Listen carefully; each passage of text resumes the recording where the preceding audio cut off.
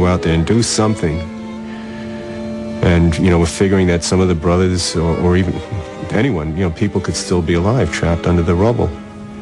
But it was frustrating, but, you have to understand that they don't want to lose more people on top of the people who are lost already. This is just, it's just out-and-out madness what they did. The Prophet himself, because of the circumstances, engaged in battle, in warfare, but he had a certain code of conduct that he followed. So you have to separate fanaticism, which every religion has, from the reality and the truth of that religion. These are fanatics who have lost sight of what the purpose of religion is, and they're acting, on their own. What hurt me probably most of all was out of the World Trade Center attack was that here is a religion that I entered because of the universality and the tolerance that is throughout the book and throughout the sayings of Prophet Mohammed. Yet these people who did that and were behind it and planned it were just so intolerant and so disregarding of their own tenets that they could do something so horrific and kill people in such a horrible manner. It was hard. It was hard because it just, that sinking feeling in the pit of your stomach. It's like, after you do all this work and you try so hard, now we've got to deal with this. And the Prophet says, if you're planting a tree and the end of the world comes, you finish planting the tree. It means you just keep on going. You got to keep trying to live your life according to what you believe in. And for me and others, try to keep this from ever happening again.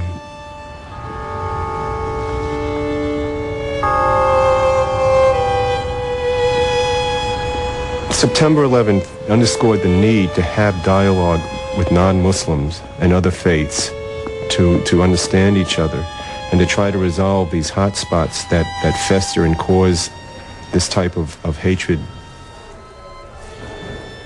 The death and destruction in New York City that was caused by this terrible, terrible act in the name of Islam has propelled the Muslim community in New York to respond in many different ways. And one of the ways that I want to respond is the way the Prophet would have responded.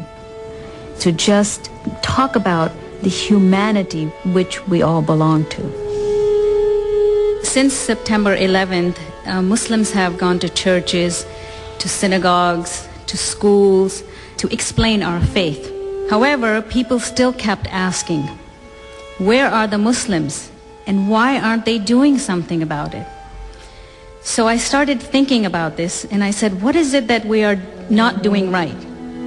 Maybe we need to respond in a more gentle way. So I looked around for the mildest people in our community, the artists in our community. And the first person I called was Muhammad Zakaria. Catastrophes have brought us here, but not all is lost. Through our art, we pick up all these broken pieces and try to put them back together again and make something that's going to work. Revenge, suicide bombing, things of that kind, they have no place in Islam. They must never have a place in Islam. Never. Never. Islam is really a soft thing. It's not a hard thing. And so we have to approach it with softness. And be soft to each other. Yasiru wa la tu'asiru, the Prophet said. Make it easy and not difficult. So we should put away all those angry words, the harsh and strident rhetoric that we've been dealing with for all these years, that we've suffered through this sweet religion with this beastly stuff, and come out into the light and be bright. Be bright in America and look in the mirror. That's what we have to do. Assalamu alaikum. This piece is the golden rule of Islam. It is the basis of the relations between people. It means there is no harming of other people in Islam and no returning or retaliating harm for harm. And so that's why I did it, to respond through the sayings of Muhammad the man.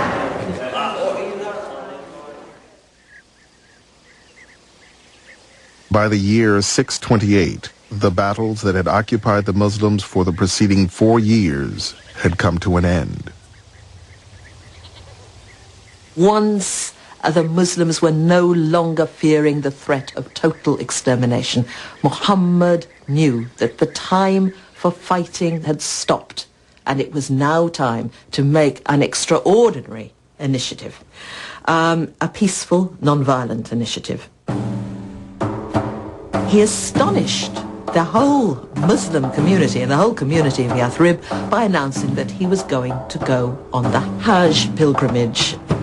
Dangerous as it was and enormously risky as it was, about 1,000 Muslims volunteered to go with Muhammad.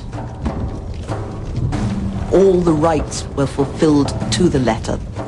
The camels all decked in their special sacrificial garments, the men all in their white garb. The Muslims set out on the perilous trip to Mecca, crossing the vast desert without any arms to defend themselves. When they reached Hudaybiyah, just outside the sacred area around Mecca where violence was forbidden, Muhammad surprised his followers by ordering them not to enter, but to sit and wait. He then sent an emissary to Mecca seeking permission to complete the pilgrimage. Muhammad knew, of course, that he was putting the people of Mecca into a really impossible position, because if they forbade Arabs to enter the city and perform the rites at the Kaaba, they would be abusing their position as guardians of the holy places. The Meccans themselves did not know what to do.